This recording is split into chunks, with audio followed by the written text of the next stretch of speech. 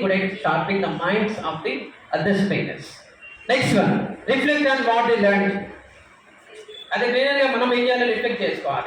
నాకు ఈరోజు ఏమైంది, ఈరోజు సెషన్స్ ఇన్ అయిపోయినాయి కదా, ఏ సార్ ఎలా చెప్పాడు, వెంకటేష్ సార్ డిజిటల్ మార్కెటింగ్లో ఏం చెప్పారు, మహేందర్ సార్ ఏం చెప్పారు, నెక్స్ట్ సార్ ఏం చెప్తారు.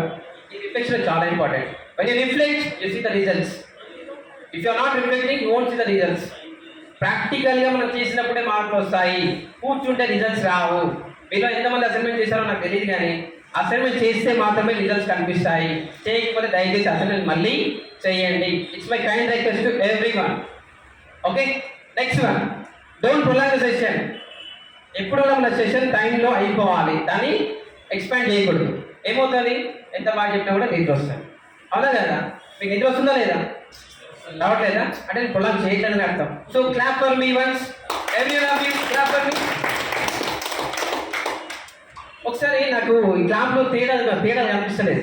అంటే ఒకసారి మీరు హ్యాపీగా ఉన్నప్పుడు ఎట్లా క్లాప్స్ కొడతారు సార్? హ్యాపీగా ఉన్నప్పుడు ఒకసారి క్లాప్స్ కొట్టండి. Excellent sir. మీరు ఒకసారి సాడ్గా ఉన్నప్పుడు క్లాప్స్ కొట్టండి. ఓకే సార్, మీరు ఒకసారి మిడిల్లో, అక్కడ హ్యాపీ లేదు ఇక్కడ సాడ్ లేదు, అట్లా ఉన్నప్పుడు క్లాప్స్ కొట్టండి. సార్ మీరు ఒకసారి ఇంట్రెస్ట్ లేదు, చెప్పే స్పీకర్ మీద రెస్పెక్ట్ లేదు, క్లాప్స్ కొట్టండి. అంటే ఇంత తేడా కనబడుతున్నాయి మీ క్లాప్స్లో. ఒకసారి గట్టిగా నాకు సెషన్ నచ్చితే క్లాప్స్ కొట్టండి.